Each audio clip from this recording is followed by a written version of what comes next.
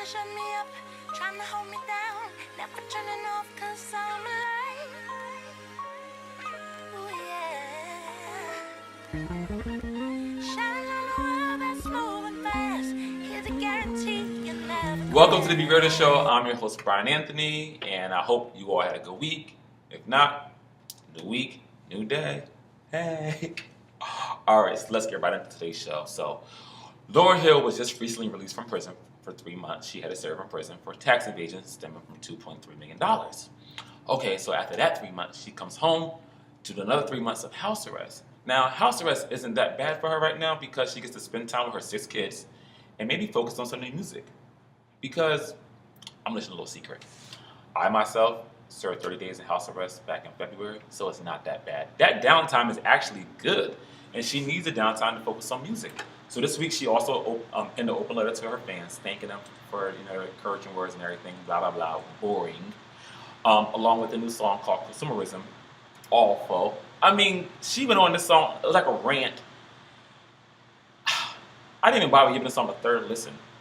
Matter of fact, now that I think about it, I didn't even download the song. I don't want that Lauryn Hill. I want the Miseducation Lauryn Hill. And you need to give us that while you're down for 3 months with your kids, think out new material, new route for this new album because we need new music. You need new music. You got to take care of this tax issue. You know what? Where she get money from? Like, I refuse to believe that Lauryn Hill is speeding all 6 of these kids on the Miseducation.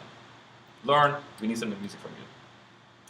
And speaking of music, or lack thereof, Beyonce actually announced that she's releasing a calendar. So Beyonce is releasing her first ever official calendar. And it's funny to me because I just think this girl has done everything imaginable with her career thus far that a calendar wasn't in it.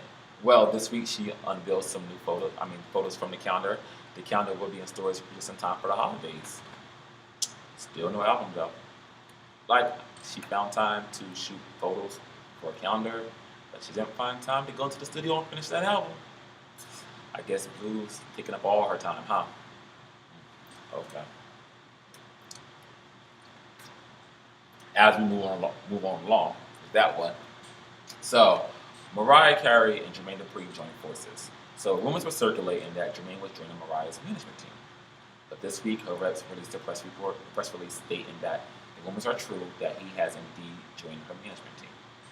Now, if joining a management team equals producing a new album, I'm here for it. If it's not, then no. Because Jermaine did a horrible job at managing Janet Jackson's career, and they were together in a relationship. They were boyfriend and girlfriend. I always wonder why they broke up. Like, I liked her with him, and she just made him look better, but he made her look more down to earth than she already is. So, anyway, this is what Jermaine had to say about the whole Mariah thing. He said, multi-talented artists of Mariah's caliber should be doing everything imaginable. I'm sure others have said this, but not the way I intend to do it. For me, it's about execution. Now, that quote sounds like he's going to produce the album, and I'm hoping so because they worked together in the past. He did her hit song, Always Be My Baby, along with her biggest hit ever, We Belong Together, which was the song of the decade. So don't get it twisted of Jermaine's, power. Jermaine can write some hits. And think about it, Jermaine writes hits. He has written all of Usher's hits. You Make Me Wanna, Nice and Slow, Burn, Confessions, You Got It Bad, all of them. Jermaine writes hits. That's what he does. So I'm happy to see that Usher and Mariah both have returned to work with their MVP, Most Valuable Producer. I'm happy for this because Usher's in the studio with him right now, so that's good. So, speaking of Usher's right now in a fight for his life. So, him and ex-wife Tamika are back in court fighting over children once again. So, Tamika got upset and took Usher back to court because Usher went and signed the oldest son up for football without her consent. Now, Usher does have full custody of the children, and Tamika doesn't. Reason why? Tamika failed a psych test in the past and allegedly has multiple personalities. You know what? Okay. I think any child should be without their mother. I just don't think that, regardless of the mother's cuckoo or not, they just shouldn't be without their mother. And I think they need joint custody because Usher's so, to me, unemployed. Usher's so busy trying to revamp his career and take it to the next level. Like, I don't know if he has the time to sit with his kids. I'm not saying he has to work to provide for the kids. But, over the summer, the incident happened with Usher's son in the pool, got his arm trapped in there. And then last year, Tamika's son, was involved in an accident where he lost his life. But every time an incident has occurred with these children, they were under someone else's watch. Like, they haven't never been present. And that just doesn't look good at all. But you do know what looks good?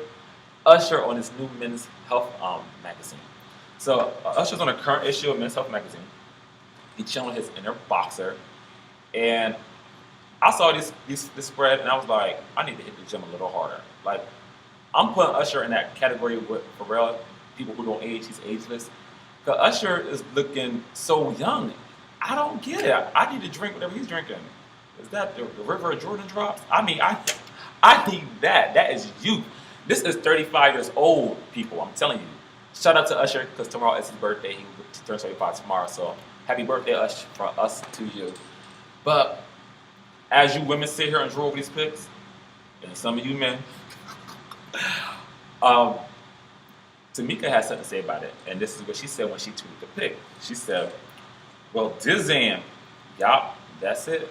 With a smiley face. I guess those are the other personalities popping out because she don't seem mad right now. Anyway, I hope they work their situation out. So the next story, it kind of pains for me, talk about it, but that's my job, and this is family, so I have to do that. So Bruce and Kris Jenner are heading for Splitsville. So the two have separated after 22 years of marriage, and they exclusively told E! That they are living in separate homes and they're much happier this way. But that's no secret. We saw that play out on the show. Like, they're living in separate homes. Bruce is in a Malibu home. I'm just trying to figure out if this is a publicity stunt or not, because I feel as though there's no limits they will go for a great storyline or just to keep the eye on them for keeping up the Kardashian show. And I know that's Kris. One thing about it for sure, if this does land in divorce, I'm happy for Bruce. I think this is what Bruce needs. But Bruce has no coolness. Kris walks over him. I mean, that's her temperament, though. She just does what she wants to do. She controls everything, and Bruce is just left looking like spineless, shall I say. But you know what, Bruce, if this does head in divorce, this is good for you. Grow a spine, take control. I think this is the perfect time for you, when you do leave, to take the little girls, Kris and Kylie, but you do not leave them under Kris's care, because we see what happened with the other girls, and we're not even going to mention Rob. So, Bruce, take the girls, and this is the perfect time for you to work a relationship with your sons, because you've been the absentee father, and we see it play out on TV, but so much. But this is the perfect time for a spinoff, and the Jenner Empire, you could work on that with the girls and your relationship with your son, because those of you who do not know, Bruce has another show. I mean, another son, but he's never on a show. I don't think he wants part of the foolishness, because he's nowhere in sight. However, I think if you work on a relationship with your sons because you're an absentee father, I mean, half of the world is either a fatherless home or an absentee father. I think this could be very therapeutic for you all, bring a lot of healing, and I think it's be great to be seen by the masses to play out, because this is a subject that a lot of people can relate to and are dealing with, and I think this will create dialogue in homes to get the happy medium, or to get back to the problem that this country has, which is absentee fathers and fatherless homes. So if and when this show does take flight, make sure you cut my check, because if not, I will sue you. And that's a promise. So anyway, there you have it for today. I do thank you all for tuning in. Check us out on Facebook at BeRaven.com. And stay tuned for next week. Because next week I got some new stuff coming to you. Until then, I'm Ryan. Stay blessed. Here's a guarantee you'll never crash.